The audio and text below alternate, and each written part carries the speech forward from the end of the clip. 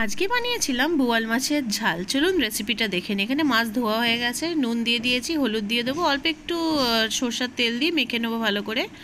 এখানে কড়াইয়ে দেখুন তেল গরম হয়ে গেছে, এবার এর মধ্যে মাছগুলো ছেড়ে দেবো। দেখুন ভাজা হয়ে গেছে, বেশি ভাজবো না, এটা ভাজা হয়ে গেছে, তুলে নিয়েছি। ওই কড়াইয়ের মধ্যে অল্প সামান্য আর একটু তেল দিয়ে কালো জিরে আর পেঁয়াজটাকে ভালো করে ভেজে নেবো। পেঁয়াজটা ভাজা হয়ে এসছে, এবার এর মধ্যে টমেটোগুলোকে দিয়ে দেবো, দিয়ে টমেটোগুলোকে ভালো করে সেদ্ধ হওয়া অবধি ভাজা করে নেবো। দেখুন টমেটোটাও হয়ে এসছে, এবার এর মধ্যে দেবো রসুন থেতো করে রেখেছিলাম, সেই রসুনটাকে দিয়ে দিলাম, দিয়ে ভালো করে নাড়াচাড়া করে রসুনের কাঁচা গন্ধ যাওয়া অবধি অপেক্ষা করব। কাঁচা গন্ধটা চলে গেছে, এবার এর মধ্যে জিরে গুঁড়ো, লঙ্কার গুঁড়ো, লবণ স্বাদ মতন, আর এর মধ্যে হলুদ দিয়েছি, দিয়ে ভালো করে কষিয়ে নেবো। দিয়ে যেটার মধ্যে আমি রসুনটাকে থেতো করেছিলাম সেটার মধ্যে জল দিয়ে অল্প একটু দিয়ে দিলাম।